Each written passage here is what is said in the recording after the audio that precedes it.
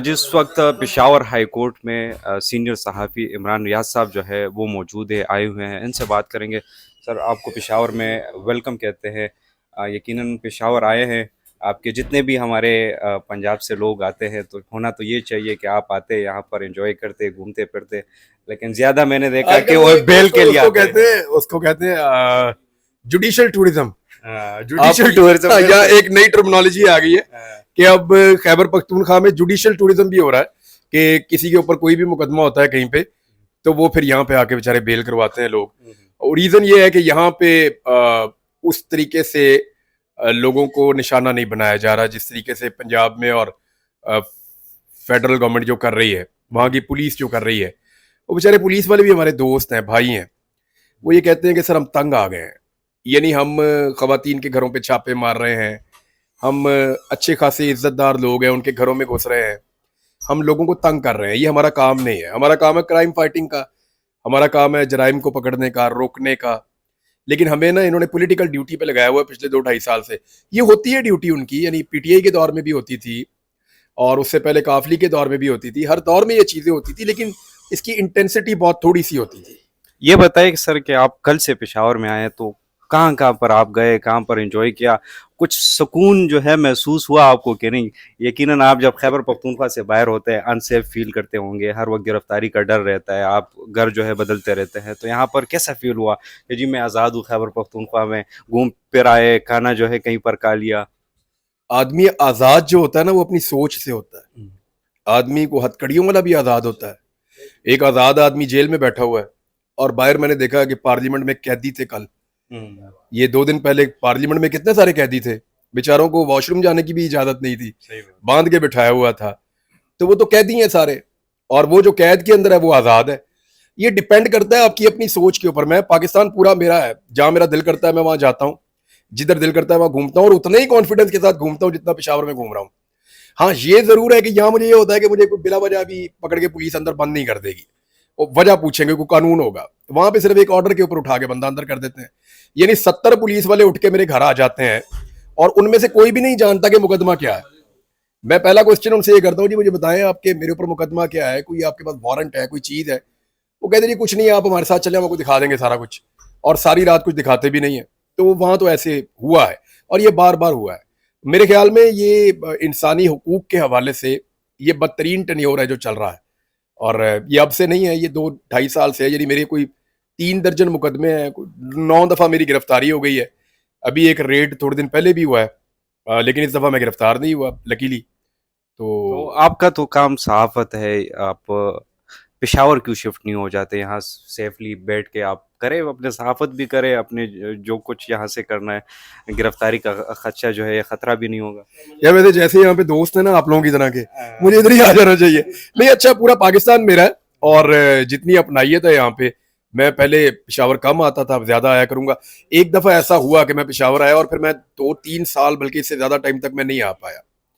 उस दिन जब मैं पेशावर आया ना, तो मुझे इतनी तकलीफ हुई कि मुझे लगा दोबारा मुझे यहाँ आना ही नहीं है। जिस दिन एपीएस का इंसिडेंट हुआ था ना, तो मैं यहाँ पे आ गया था डायरेक्ट। मैं मोटरवे पे था, मैं सीधा इधर आ गया था। मैंने यहाँ पे वो उस दिन जिस तरह की चीजें देखी, फिर जब भी मैं पेशावर की तरफ रुक करता था ना गाड़ी का, तो मुझे फोबिया हो जाता था। मुझे वो सारी चीजें याद आती थी, वो तकलीफ होती थी मुझे। तो फिर मैं चंद साल आया ही नहीं। लेकिन आहिस्ता आहिस्ता आपको पता है, वक्त जो है वो बड़ा मरहम होता है। आहिस्ता आहिस्ता आपके जख्म भर जाते हैं। पेशावर कितना चेंज हुआ है, आप इतने अरसे बाद आए? नहीं, मैं आता रहता हूँ पेशावर, और अभी तो मैं मेन मेन सड़कों पे ही रहा हूँ। मुझे अब आइडिया तो नहीं है कि अंदर क्या चल रहा है, लेकिन पेशावर में कबीर रेस्टोरेंट बना है। विजिट किया मैं वहां गया था कल। मैंने वहां खाना खाया तो मुझे बाद में पता चला कि वो कबीर आफरीदी का है। तो वो अच्छी एफर्ट है। यानी इस तरह के लोग अगर मेहनत के साथ, नए आइडियाज के साथ आए तो कितना अच्छा है ना। इनाम भाई को कहेंगे कि जी आपको नमक मंडी भी शाम को लेके जाए, नमक मंडी भी बहुत अच्छी है। अच्छा, नमक मंडी से ना किसी दोस्त ने नमक मंडी से, बाप साहब भी बैठे हैं, अच्छा, इनके साथ जाए। रात को ना वो कुछ दोस्त हैं, उन्होंने नमक मंडी से मुझे खाना भेजा था। मैं रात को खाना इतना खाता नहीं हूँ, लेकिन वो मैं सारा खा गया। मुझे वहाँ खाना बहुत मजेदार है। इससे पहले मैं आया थोड़े दिन पहले, वो स्पेशली मैं पेशावर आया था। तो मेरे कुछ क्योंकि वेपन्स ले गए थे पुलिस वाले, मेरे हथियार ले गए थे, और जब हथियार वापस किए तो गोलियां भी नहीं दी और मैगजीन्स भी नहीं दिए। तो मैंने वो फिर अपने मैगजीन्स और गोलियां लेनी थी, तो उसके लिए फिर मैं यहाँ पेशावर आया। जो लोग असले का काम करते हैं, उनसे बात की कि जनाब ये हथियार रह गए तो इनके मैगजीन और गोलियां दे दे। तो उन्होंने वो मुझे वो जब सामान दे रहे थे तो फिर मैंने वो चरसी टिक्का पे जाके, यार क्या खाना है उनका, वैसे वो भी बड़ा मजेदार है, मैंने वहां जाके रात को हम सब ने खाना खाया था। अच्छा, ये आखिरी सवाल पूछो।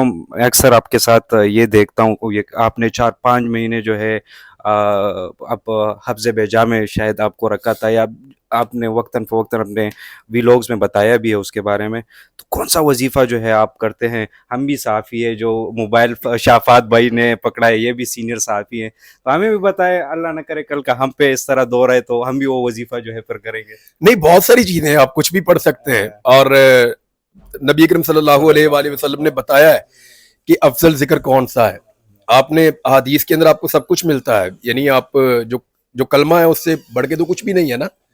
और नबी करीम सल्लल्लाहु अलैहि वसल्लम की एक हदीस है, और आपने फरमाया कि ये जो एक जो हम पढ़ते हैं ना, सुभान अल्लाह वल्हम्दुलिल्लाह वला इलाहा इल्लल्लाहु वल्लाहु अकबर, मैं अभी वो नहीं पढ़ रहा, अभी मैं वो नहीं पढ़ रहा, लेकिन आप सल्लल्लाहु अलैहि वसल्लम ने फरमाया कि दुनिया और माफिया से ज्यादा मुझे ये अजीज है एक कलमा। आपने कहा कि ये एक कलमा मुझे पूरी दुनिया और माफिया से ज्यादा अजीज, हर चीज से ज्यादा अजीज है। तो ये अल्लाह को बहुत पसंद है। बेशुमार तस्बीहात हैं, जो भी करें अल्लाह के नाम इतने प्यारे हैं। जब आप गिरफ्तार थे, गायब थे मंजर आम से, क्या पढ़ते थे उस वक्त आप? वो आप जरा बयान करें कि खुद को आप मतलब हौसला किस तरह देते? यकीन अल्लाह देखिए, ताला ने आपको मैं हौसला आपको दिया। एक चीज बताता हूँ। मैंने वहां पे अपने जो अबडक्शन जिन्होंने मेरी की थी उनमें से एक बंदे को मैंने ये कहा भी, यानी मैं रोज टूट जाता था। यानी रोज टूटने का मतलब ये अक्सर टूट जाता था कि ठीक है जो कोई कह रहा है मैं कर लेता हूं वैसे ही। लेकिन आपको हैरत होगी इस बात की, यानी मैंने एक बंदे को ये बात वहां बताई भी। मैंने कहा आपने सबसे बड़ी गलती की मुझे कुरान पाक देकर। अगर ये किताब मेरे पास नहीं होती तो मैं यहाँ गुजारा ही नहीं कर सकता। कुरान पाक एक ऐसी किताब है, आप उसको एक दफा नहीं 1000 दफा पढ़ें, हर दफा आपको लगता है कि आप नई चीज सीख रहे हैं और नई चीज पढ़ रहे हैं। उसके अंदर मेरे पास तफसीर थी, मैंने उसको तकरीबन 5वीं मरतबा मैं उसको खत्म कर रहा था जब मैं छूट कर घर आया हूँ। और अल्हम्दुलिल्लाह मैंने 40 से ज्यादा सूरतें जुबानी याद की वहां पे। तो मैंने कुरान पाक के साथ टाइम गुजारा।